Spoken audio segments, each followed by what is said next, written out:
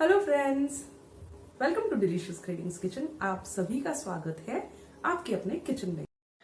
आज मैं आपके साथ एक ट्रिक शेयर करने वाली हूँ जिसमें मैं आपको बताने वाली हूँ कि लहसुन को बहुत आसानी से कैसे छीला जाता है, क्योंकि कई बार हमें लहसुन छीलते समय हाथों में बहुत ज़्यादा जलन होती है।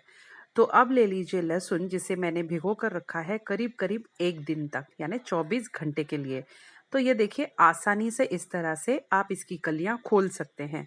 जैसे ये भीग जाती है, ये आसान हो जाती है छीलने में भी और इस तरह से कलियां खोलने में भी।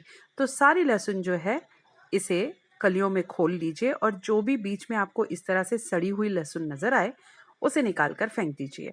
तो मैं सारी की सारी जो लहसुन है इसे खोल लूंगी। इसमें जो भी खराब लहसुन है उसे निकाल कर साइड कर लूंगी और साफ कर लूंगी। और ये जो पानी जिसमें हमने लहसुन भिगा कर रखी है, इसे बिल्कुल भी मत फेंकिएगा। इसे डाल दीजिए पौधों में, क्योंकि ये है एंटी बैक्टीरियल, तो पौधों के लिए बहुत यूजफुल होती है। तो लीजिए, सारी लहसुन मैं अच्छी तरह से साफ कर चुकी हूँ और ये जो इसका कचरा है इसे हम साइड कर लेंगे। तो अब इस पानी में से हम इस लहसुन को निकाल लेते हैं और मैं आपको दिखाऊंगी कि इसे अब कैसे छीलना है। कई बार ऐसा होता है कि हमको बहुत सारी लहसुन साफ करके रखनी होती है, लेकिन हाथों में बहुत ज़्यादा जलन होती है और इतनी करने के लिए हमें बहुत ज़्यादा टाइम लगता है, तो हम अक्सर ये कर नहीं पाते हैं। देखिए, कुछ इस तरह से आप चाहें तो नाइफ से या फिर हाथ से भी इसे फटाफट से इस तरह से चुन सकते हैं। बहुत आसानी से इसका छिलका निकल जाता है, क्योंकि ये भीग चुकी है और हाथों में जलन भी नहीं होती है। आपने देखा होगा, कई बार चाइनीज रेसिपीज जो होती है उसमें भरपूर मात्रा में लहसुन का इस्तेमाल होता है। तो आप इस तरह से बहुत भरपूर मात्रा में लहसुन चुन कर रख सकते हैं और बना सकते हैं इसके गार्लिक नान, गार्लिक ब्रेड, चाइनीज रेसिपीज में यूज कर सकते हैं और खाने में भी। तो इस तरह से आसानी से छील लीजिए लहसुन को और इसमें जो भी पीली सी कलियां होगी उन्हें निकाल कर अलग कर दीजिएगा। तो मैंने पूरी लहसुन अब चुन ली है। मुझे सिर्फ और सिर्फ 10 मिनट लगे इतनी सारी लहसुन छीलने के लिए।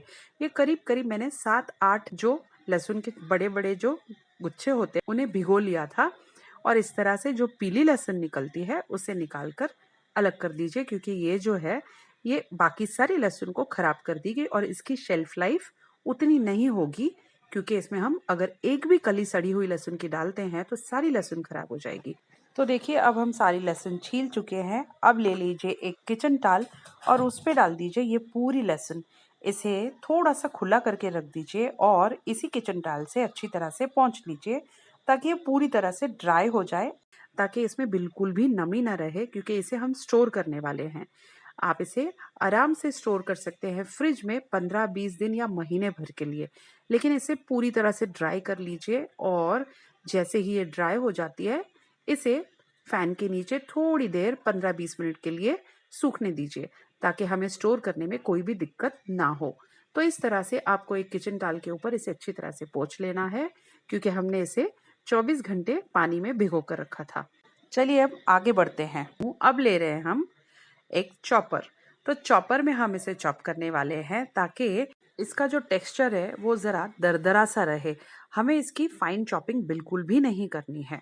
अब चॉपर में इसे ऑन एंड ऑफ करते हुए आपको चॉप करना है और आप ढक्कन खोलकर जब देखेंगे तो ये जो लहसुन है ये बहुत बढ़िया तरीके से अब चॉप हो चुकी है। इसका टेक्सचर बहुत ही दरदरा सा है। कई बार आपने देखा होगा कि चाइनीज रेसिपीज जो होती है उसमें इसी तरह की लहसुन इस्तेमाल होती है।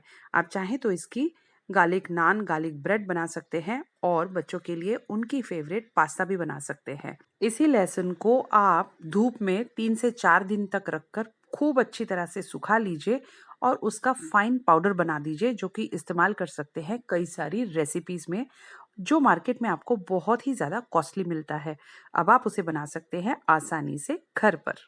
अब यही सेम चॉपर लेने वाली हूँ मैं, क्योंकि इस चॉपर में ऑलरेडी थोड़ी बहुत लहसुन रह गई है। मैं इस चॉपर को यूज करने वाली हूँ। मैं बनाऊंगी इसमें मूंगफली की चटनी, जिसमें लहसुन का इस्तेमाल होता है। हमारे घर में ये चटनी बहुत ज्यादा पसंद आती है। 1 कप मैंने ले ली है मूंगफली, जिसे मैंने रोस्ट कर लिया था। इसके मैंने छिलके निकाल लिए हैं और अब इसमें मैं डालने वाली हूँ स्वाद अनुसार नमक। नमक डालने के बाद इसमें हम डालेंगे 1 छोटा चम्मच जीरा और 2 छोटे चम्मच हम डालेंगे इसमें कश्मीरी लाल मिर्च। तो ये कश्मीरी लाल मिर्च है, इसका रंग बहुत बढ़िया आता है इस चटनी में। इसी के साथ-साथ अब मैं इसमें डालने वाली हूँ डेसिकेटेड कोकोनट। 1 से 1.5 बड़ा चम्मच हम डालेंगे इसमें डेसिकेटेड कोकोनट। आधा चम्मच हम इसमें डाल देंगे तिल, जिसे मैंने हल्का-सा रोस्ट कर लिया है और थोड़ा-सा मुझे ऐसा लग रहा है कि इसमें लाल मिर्च की और ज़रूरत होगी। तो बस लाल मिर्च थोड़ी-सी और डाल ली। अब ढक्कन लगा दीजिए और खूब अच्छी तरह से इसे अब ग्राइंड कर लीजिए। चॉपर में इस चटनी का टेक्सचर जो है वो बिल्कुल उस लहसुन की तरह दरदरा सा होता है, जो बहुत ही उम्दा लगता है देखने में और खाने में। थोड़ी सी लहसुन और डाल रही हूँ मैं इसमें, क्योंकि लहसुन थोड़ी सी कम लग रही है मुझे इसमें। अब एक बार फिर से इसे मैं थोड़ा सा चर्न कर लूंगी और ये देखिए मूंगफली की ये चटनी पूरी तरह से अब रेडी हो चुकी है। इसका टेक्सचर देखिए कितना बढ़िया है। ये खाने में बहुत ही ज़्यादा स्वाद लगती है। आप इसे खा सकते हैं सिंपली रोटी के साथ, दाल चावल के साथ और कई तरह के पराठों के साथ। और तो और आप बच्चों को इसे टिफिन में दे सकते हैं या ऑफिस भी ले जा सकते हैं और इसे स्टोर कर सकते हैं 10 से 15 दिन तक। तो आपको ये रेसिपी कैसी लगी कमेंट करके ज़रूर बताइएगा। और अगली बार जब आपको लहसुन यूज़ करनी हो तो मेरे बताई गई ट्रिक के मुताबिक अगर आप उसे बनाते हैं तो डेफिनेटली आप उसे स्टोर कर सकते हैं लंबे समय तक। Thank you for watching the video.